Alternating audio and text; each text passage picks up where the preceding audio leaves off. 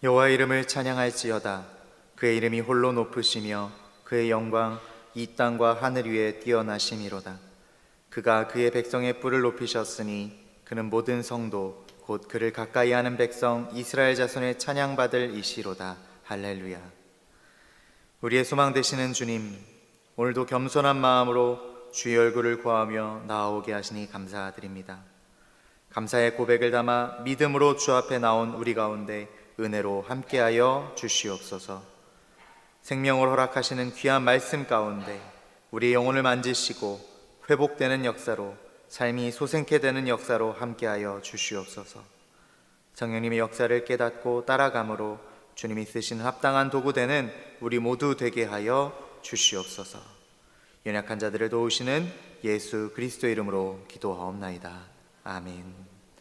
우리 찬송가 438장 찬양하시겠습니다. 찬송가 438장입니다.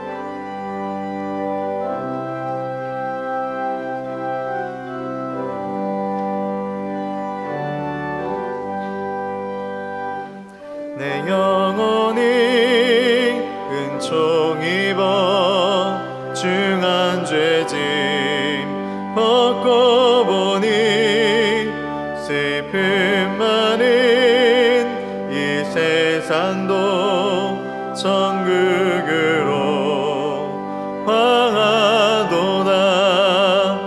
할렐루야 찬양하세.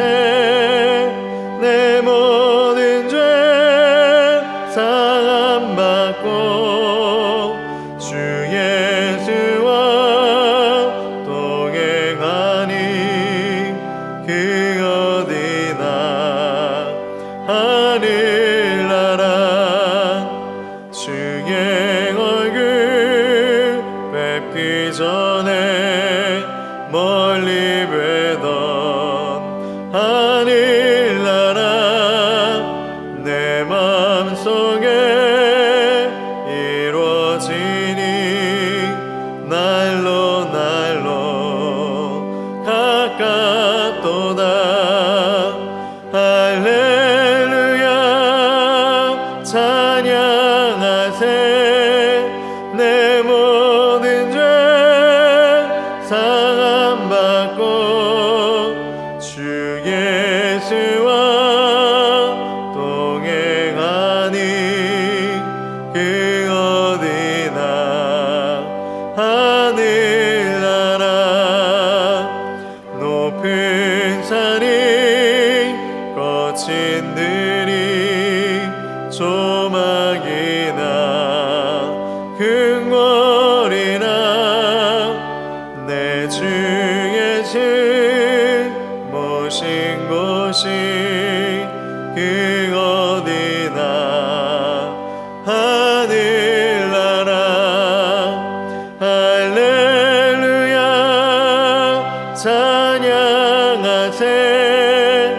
내 모든 죄 사함받고 주 예수와 동행하니 그 어디나 하늘나라.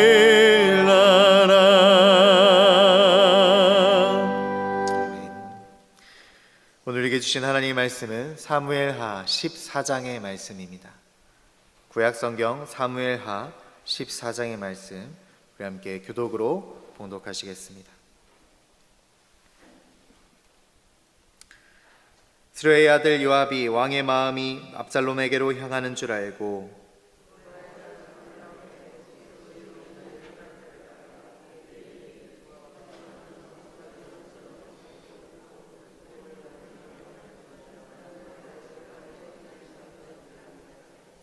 왕께 들어가서 그에게 이러이러하게 말하라고 요압이 그의 입에 할 말을 넣어주니라.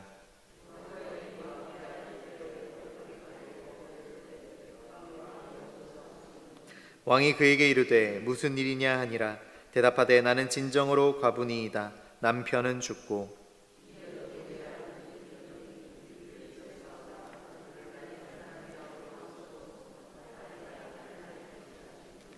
온 족속이 일어나서 당신의 여종 나를 핍박하여 말하기를 그의 동생을 쳐 죽인 자를 내놓으라. 우리가 그의 동생 죽인 죄를 갚아 그를 죽여 상속자 될 것까지 끊겠노라 하오니, 그러한즉 그들이 내게 남아있는 숯불을 꺼서 내 남편의 이름과 시를 세상에 남겨두지 아니하겠나이다 하니,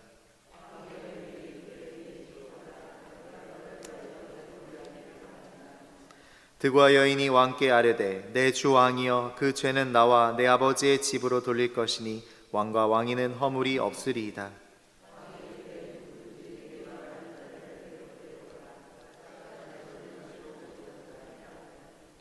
여인이 이르되, 청하건대 왕은 왕의 하나님 여호와를 기억하사 원수 갚는 자가 더 죽이지 못하게 하옵소서. 내 아들을 죽일까 두렵나이다 하니, 왕이 이르되, 여호와께서 살아계심을 두고 맹세하노니 내 아들의 머리카락 하나도 땅에 떨어지지 아니하리라 하니라.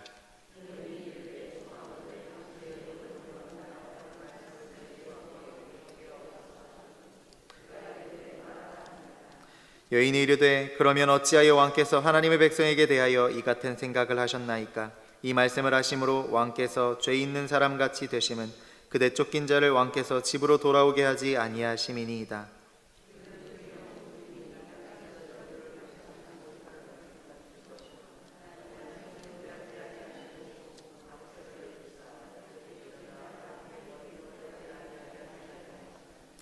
이제 내가 와서 내 주 왕께 이 말씀을 엽주는 것은, 백성들이 나를 두렵게 하므로 당신의 여종이 스스로 말하기를, 내가 왕께 여쭈오면 혹시 종이 청하는 것을 왕께서 시행하실 것이라.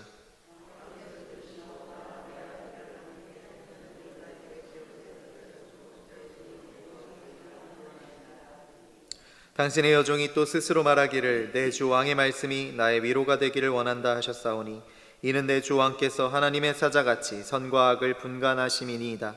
원하건대 왕의 하나님 여호와께서 왕과 같이 계시옵소서.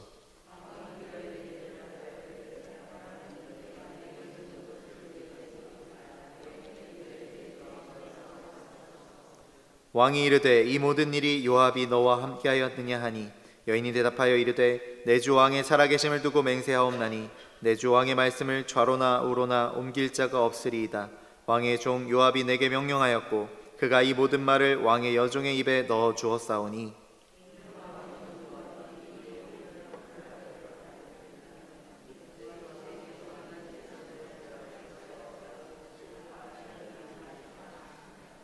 왕이 요압에게 이르되, 내가 이 일을 허락하였으니 가서 청년 압살롬을 데려오라 하니라.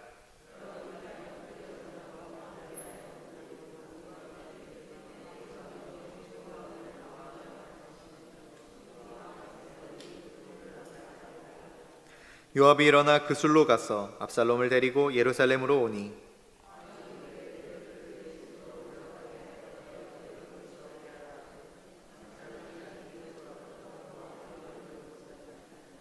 온 이스라엘 가운데에서 압살롬같이 아름다움으로 크게 칭찬받는 자가 없었으니 그는 발바닥부터 정수리까지 흠이 없음이라.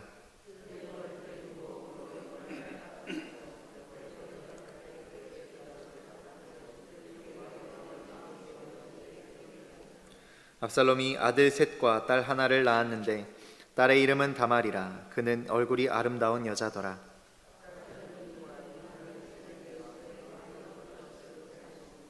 압살롬이 요압을 왕께 보내려 하여 압살롬이 요압에게 사람을 보내 부르되 그에게 오지 아니하고 또다시 그에게 보내되 오지 아니하는지라.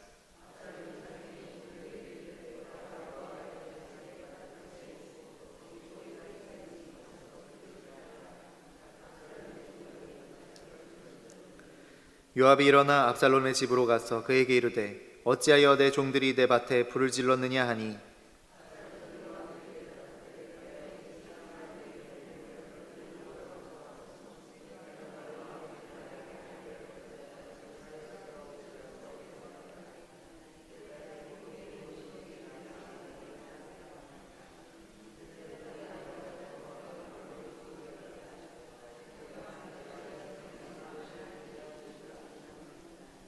함께 읽겠습니다. 요압이 왕께 나아가서 그에게 아뢰매 왕이 압살롬을 부르니 그가 왕께 나아가 그 앞에서 얼굴을 땅에 대어 그에게 절하매 왕이 압살롬과 입을 맞추니라. 아멘. 담임 목사님께서 말씀 선포해 주시겠습니다.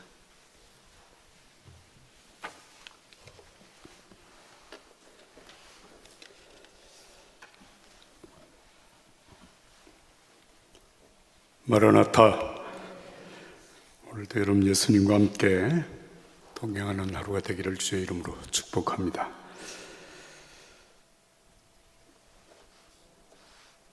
사람을 평가하는 평가의 기준이 성경의 평가와 세상의 평가가 약간 다릅니다. 아니, 많이 다릅니다. 이를테면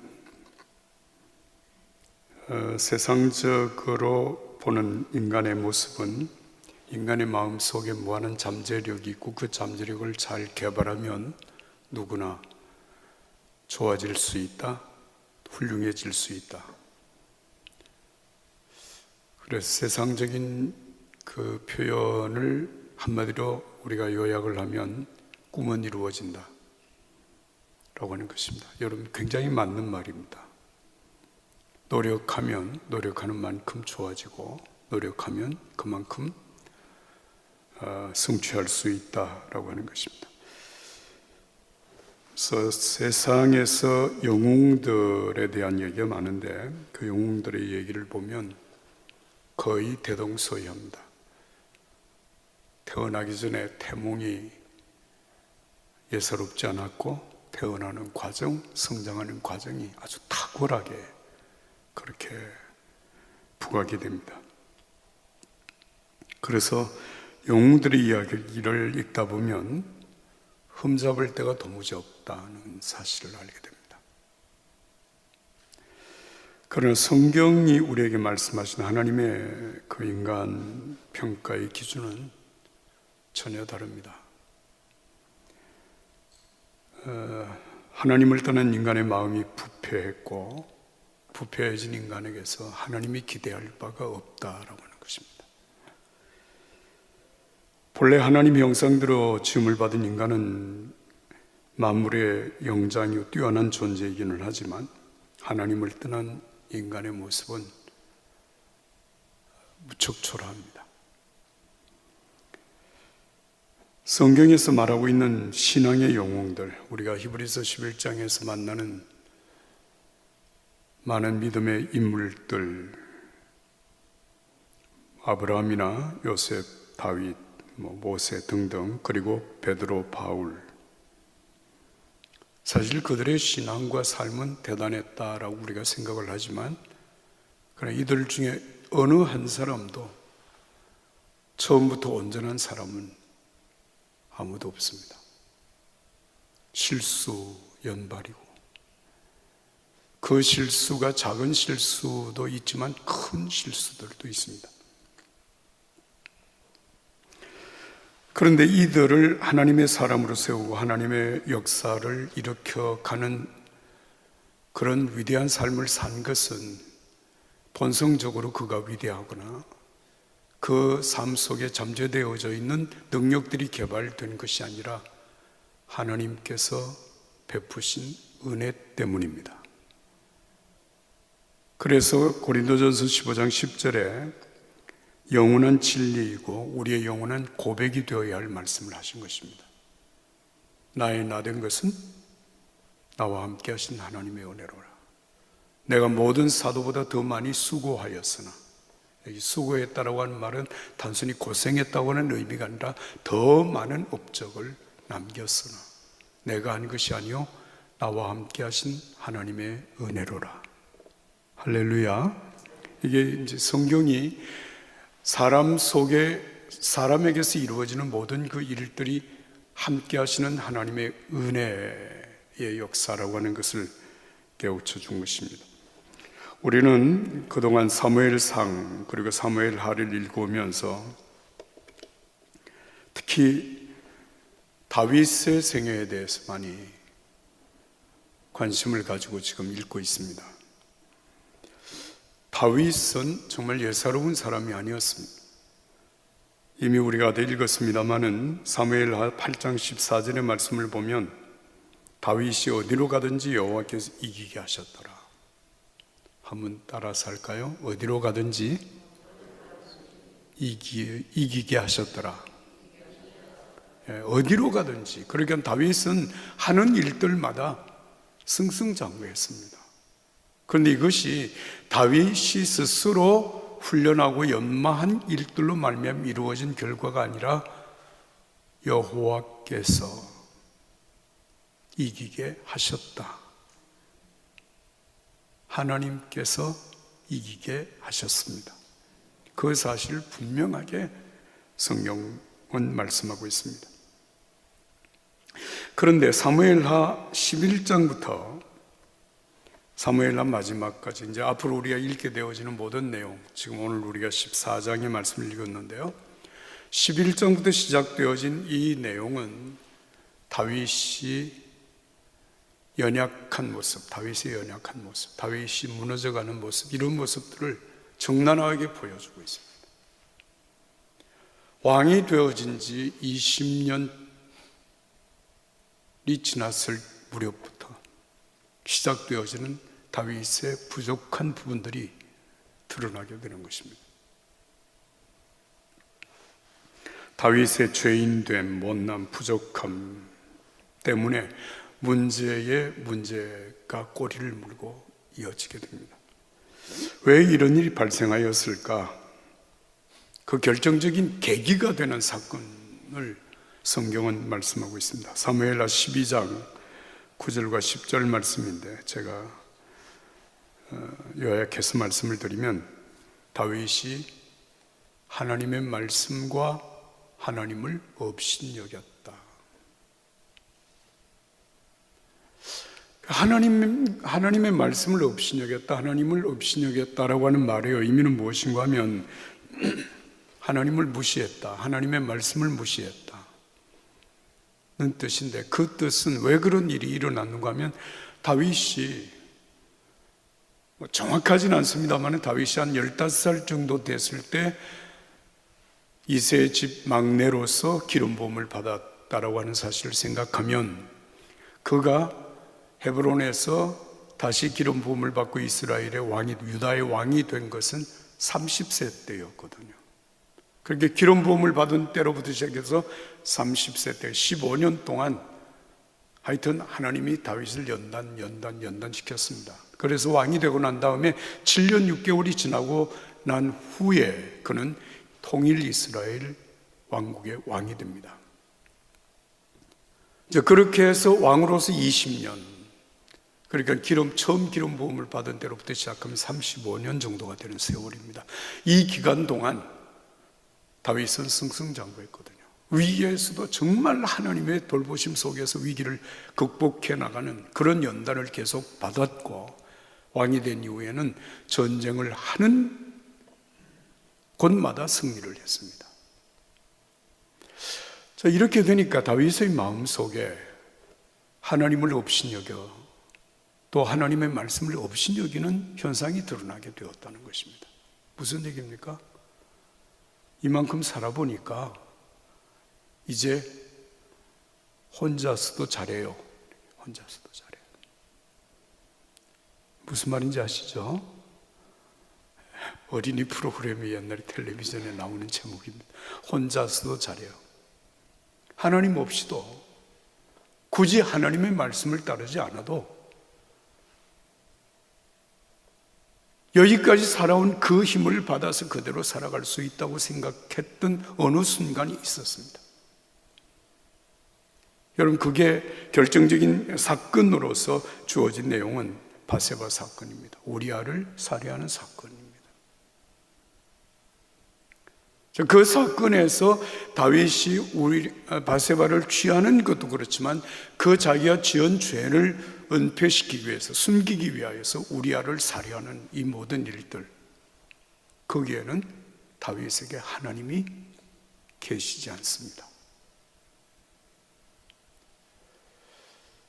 자기가 저지른 실수, 잘못을 어떻게 하면 덮어볼 수 있을까? 완전 범죄를 생각하고 그렇게 가기를 원했던 것입니다.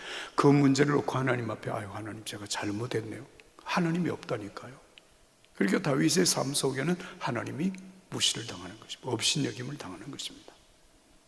그것이 결정적인 계기가 된 것입니다. 이 말은 다시 말하면 하나님이 더 이상 그에게 두려움의 대상도 되지 아니하고 사람 앞에 드러난 자신의 실수를 적절하게 처리하기만 하면 그건 뭐 문제가 없다고 이렇게 생각한 때 하나님을 없이 여겼다는 얘기입니다. 오늘 아침에 읽은 사무엘 14장, 하 14장 다윗의 연약함을 보여주고 있습니다. 본문은 세 사람의 이름이 크게 나옵니다. 다윗, 그리고 요압이라고 하는 사람은 다윗의 가장 가까이 있는 가장 강한 장군입니다. 장군 요압. 그 다음에 또 한 사람은 압살롬이라고 하는 사람. 하나님께서 이 세 사람을 통하여서 하나님이 하시고자 하시는 하나님의 마음을 우리에게 읽게 하는 것입니다. 다윗은 자신의 다른 아내들을 통하여서 낳은 자식들 간에 문제가 생긴 거잖아요. 어제 새벽에 우리가 읽은 말씀입니다만은 첫 번째 아들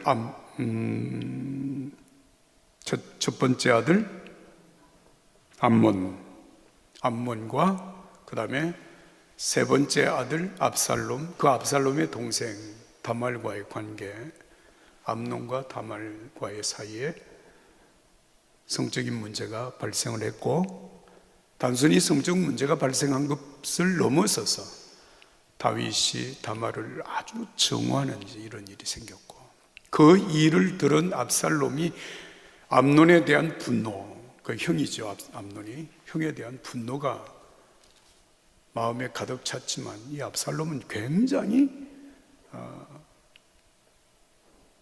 아주 계획적인 사람입니다. 그래서 나중에 반란도 일으키거든요. 그래서 이 압살롬이 2년을 때를 기다리다가 암논을 죽입니다. 이게 정말 대단한 일입니다. 이 압살롬이 이 보통 사람이 아닙니다. 자, 그 일로 인하여서 암논과 다말 사이에 이루어진 이 성적인 문제, 이 관계 때문에 다윗이 그 얘기를 듣고 굉장히 분노하고, 또 압살롬이 암논을 죽였다고 하는 얘기를 들었을 때는 아예 옷을 찢고 들어 누웠습니다. 그 말씀이 사무엘하 13장 31절에 기록이 되어 있습니다. 자, 이런 상황에서 압살롬이 그슬로 도망을 가서 3년을 지나게 됩니다. 자, 그 3년을 지났을 때 어떤 일이 일어났는가? 여러분 13장 39절 말씀 다 같이 읽겠습니다. 13장 39절입니다. 다윗 왕의 마음이 압살롬을 향하여 간절하니 암논은 이미 죽었으므로 왕이 위로를 받았습니다.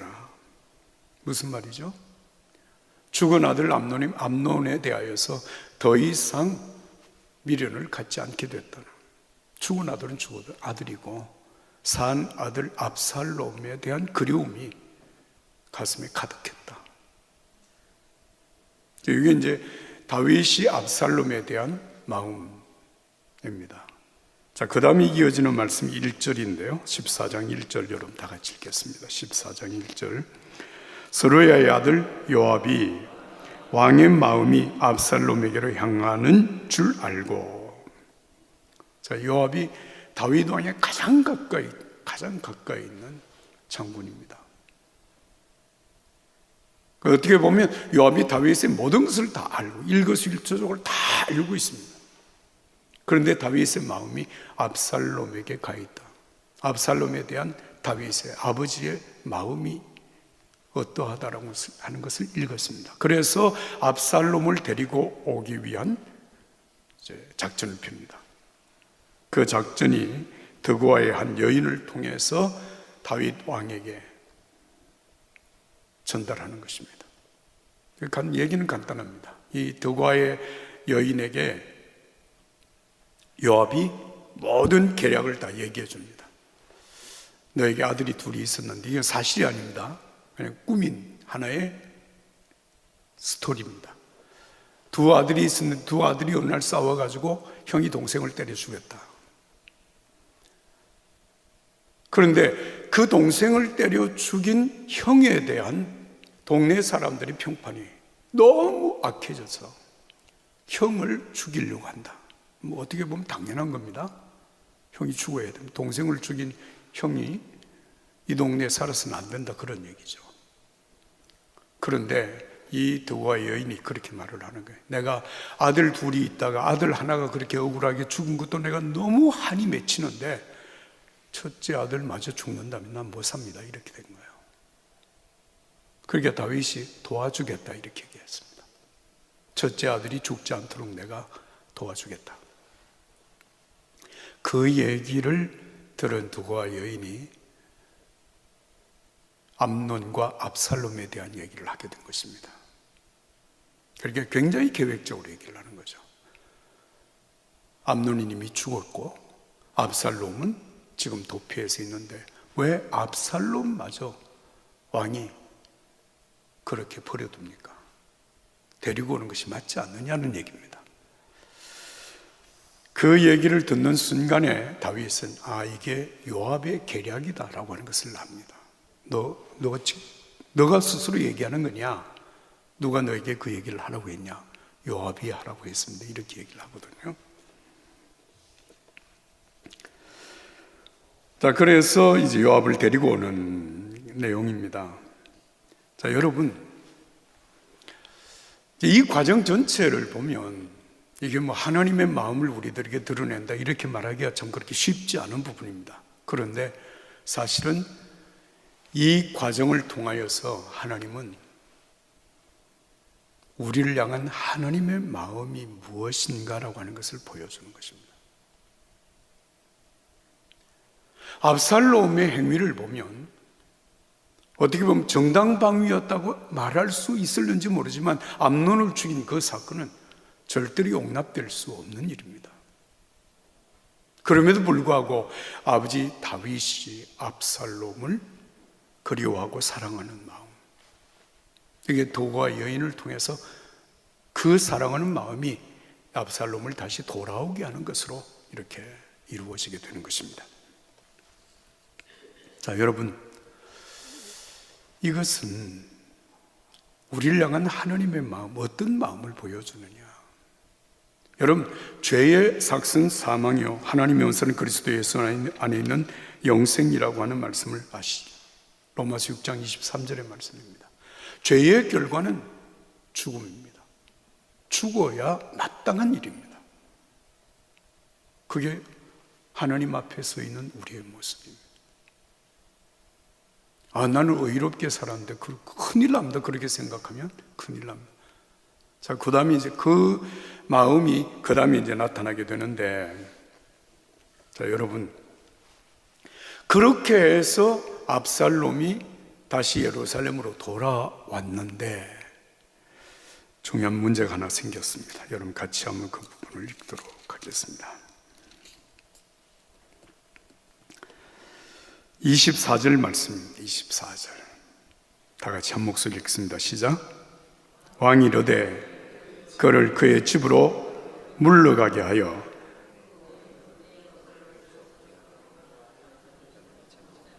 압살롬이 자기 집으로 돌아가고 왕의 얼굴을 보지 못하니라.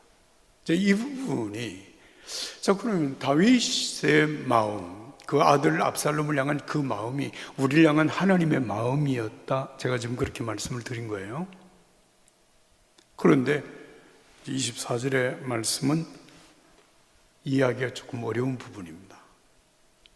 그렇게 왔으면 당연히 아버지 얼굴을 뵙고 아버지 앞에서 과거의 삶을 다시 회복하는 과정으로 가야 되는데 왕이 압살롬의 얼굴 안 봐. 나는 그 얼굴 안 볼 거야. 이렇게 된 거예요. 그래서 압살롬이 다윗의 앞에 나타나지 못합니다. 자, 여러분 이해가 되시나요? 데리고 왔으면 살리려고 했으면 살려야 되잖아요. 왜 그랬을까? 이게 이제 제가 조금 전에 여러분들에게 말씀드렸던 그 부분입니다. 내가 뭔가 나는 괜찮은 사람이야 라고 생각하는 우리의 의를 내세우는 마음, 조금 강하게 얘기하면 인간의 교만.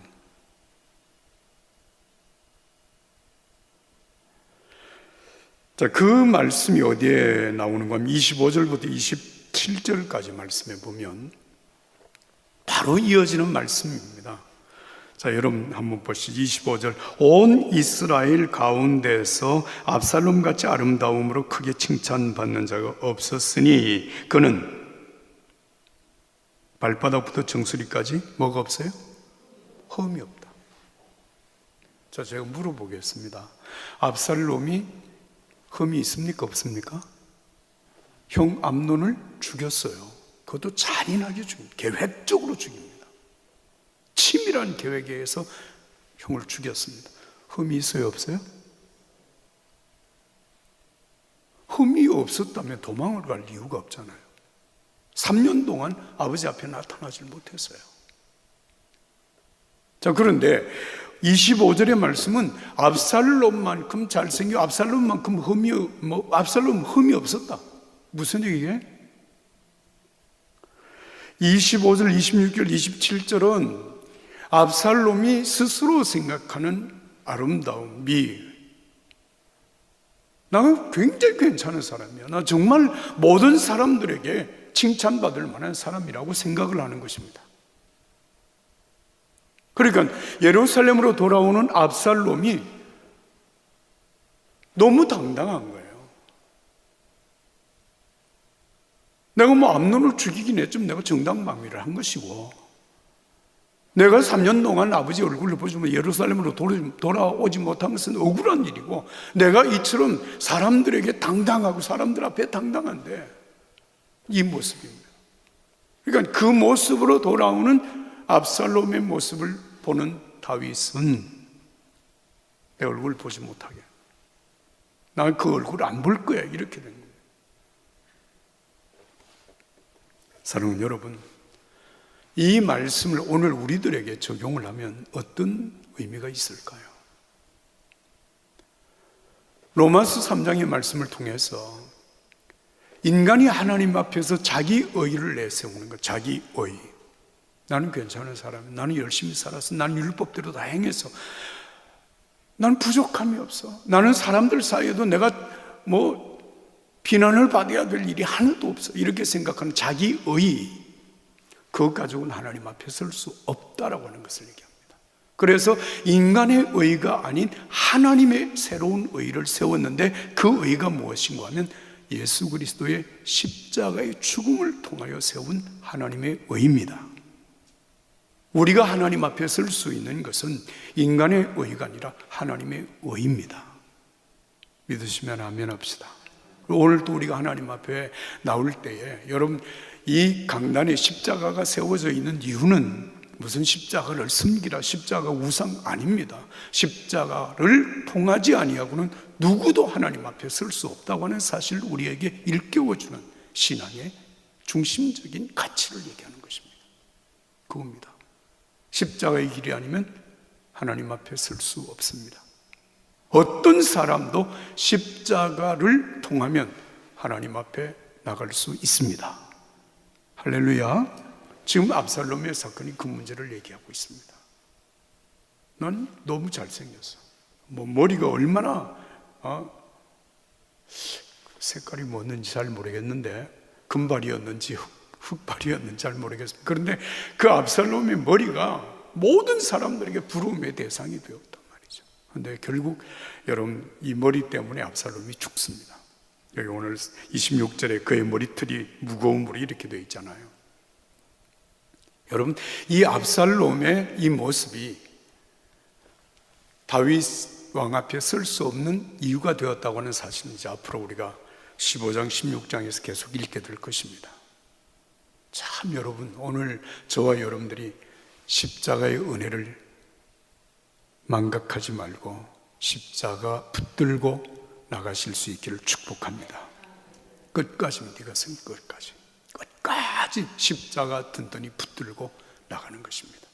주님의 은혜가 오늘 이 아침에도 여러분들이 함께 하기를 예수님의 이름으로 축복합니다. 찬송가 305장 부르고 기도하겠습니다. 305장. 나 같은 죄인 살리신 주원의 놀라워. 305장 찬송입니다.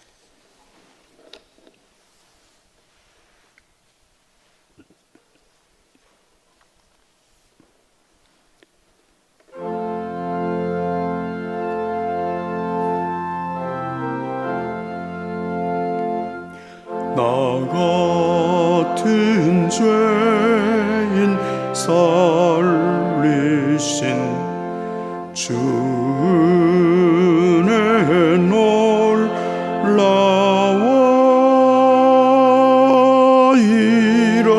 잃었던 생명 찾았고 광명을 얻었네. 근 죄악에서 건지신 주 은혜 고마워. 나 처음 믿은 그 시간 귀하고 귀하다. 이제껏 내가 산 것도 주님의 은혜라. 또 나를 저번 향해 인도해 주시리.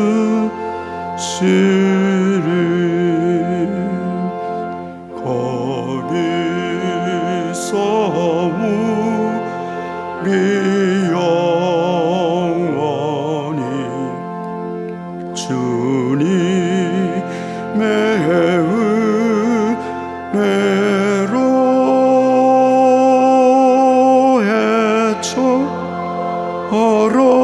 밝게 살면서 주 찬양하리라.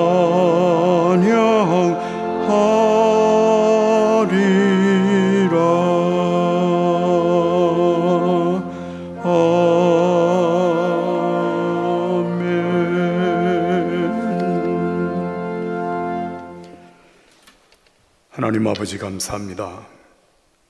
하루를 시작하는 첫 시간 새벽을 깨워 주의 전으로 달려나와 주님과 함께 하루를 시작하게 하시오니 감사합니다. 하나님 아버지, 말씀을 통하여 우리의 심령을 일깨워 주시고 날마다 공급하신 그 은혜로 믿음의 삶을 살 수 있게 하시는 주님을 찬양합니다. 오늘은 압살롬을 향한 다윗의 마음을 통하여 나를 향한 하나님의 마음을 읽게 하시오니 감사합니다. 허물과 죄로 죽었던 우리를 살려주신 십자가의 은혜를 주여 평생 잊지 않게 하소서. 십자가 붙들고 하나님 앞에 끝까지 쓸 수 있게 인도하여 주시옵소서. 하나님, 자기의 교만 때문에 자기의 의를 내세우는 것 때문에 버림받는 어리석은 자가 되지 않도록 우리를 인도하여 주시옵소서. 더려진 예물을 연락하소서. 1000번째 예물 받으소서. 하나님, 정말 마음의 소원을 담아 하나님 앞에 올려드리는 이 감사의 예물을 받아주시고 하나님의 뜻 우리의 삶 속에 이루어지게 하여 주시옵소서. 이번 주일은 맥주감사 주일입니다. 참 어려움 중에도 우리가 하나님 앞에 감사할 조건을 찾아 하나님 앞에 감사하는 감사 주일이기를 원합니다. 그리고 코로나19로 인하여서 예배당 예배가 하나님 아직도 온전히 회복되지 않은 가운데 있지만 주여 우리가 할 수 있는 최선의 방역을 하고 하나님 앞에 나와 예배하는 주일이 되도록 인도하여 주시옵소서. 주님을 찬양합니다. 오늘도 흩어져 있는 우리 종교의 가족들을 눈동자와 같이 지켜주시고 하나님 정말 험한 세상이지만 주와 동행하는 성도의 기쁨이 우리의 심령과 삶에 충만케 하여 주시옵소서. 오늘 한날의 삶을 주님께 의탁하오며 우리를 구원하신 주 예수 그리스도의 이름으로 기도하옵나이다. 아멘. 하늘에 계신 우리 아버지여, 이름이 거룩히 여김을 받으시오며 나라가 임하시오며 뜻이 하늘에서 이루어진 것 같이 땅에서도 이루어지이다. 오늘 우리에게 일용할 양식을 주시옵고 우리가 우리에게 죄 지은 자를 사하여 줄 것 같이 우리 죄를 사하여 주시옵고 우리를 시험에 들게 하지 마시옵고 다만 악에서 구하시옵소서. 나라와 권세와 영광이 아버지께 영원히 있사옵나이다. 아멘. 다 같이 주여 한 목소리로 부르고 기도하고 가시겠습니다. 주여, 거룩하신 하나님 우리 아버지 감사합니다. 찬양합니다. 주여, 은혜로 시작한 하루, 주님과 함께 동행하는 은혜로